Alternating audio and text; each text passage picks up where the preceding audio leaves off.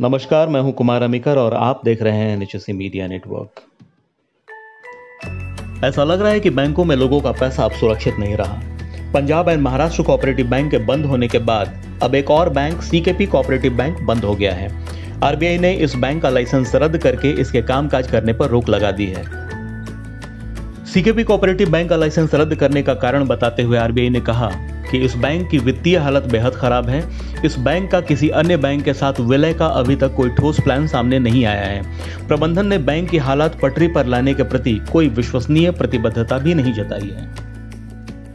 Bank का licence रद्द करने और इसकी संपत्तियों को बेचने की घोषणा के साथ ही DICGC एक्ट 1961 के मुताबिक सीकेपी कोऑपरेटिव बैंक लिमिटेड के जमाकर्ताओं को उनका पैसा लौटाने की प्रक्रिया शुरू की जाएगी।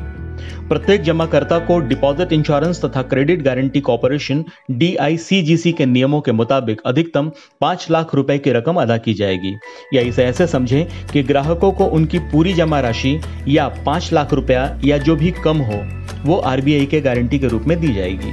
आरबीआई ने कहा कि बैंक की गतिविधियां सार्वजनिक हितों तथा जमाकर्ताओं के हितों के प्रतिकूल रही है और मैनेजमेंट का कामकाज भी सार्वजनिक हितों तथा जमाकर्ताओं के हितों के प्रति नुकसानदेह रहा है। केंद्रीय बैंक ने कहा है कि बैंक की वित्तीय हालत बेहद खराब हो गई है और इसका चल पाना नामुमकिन है। इस बैंक का किसी और बैंक के साथ विलय का कोई ठोस प्लान भी सामने नहीं आया है। बैंक को पटरी पर लाने के लिए कोई विश्वसनीय प्रतिबद्धता भी नहीं जताई गई है।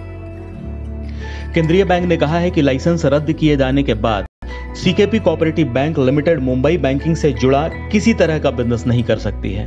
लाइसेंस रद्द होने के बाद बैंक जमा राशि को स्वीकार नहीं कर सकता और न ही किसी जमा राशि का भुगतान कर सकता है। आरबीआई ने कहा कि बैंक को पटरी पर लाने का प्रयास जितना होना चाहिए उसके आसपास भी बैंक नहीं है, जबकि बैंक को काफी वक्त और मौका दिया गया। बैंक से विलय का कोई भी प्रस्ताव सामने नहीं आया है। केंद्रीय बैंक ने कहा कि अगर बैंक को आगे भी कामकाज चालू रखने की मंजूरी दे दी जाती तो ग्राहकों के हितों का और नुकसान होता।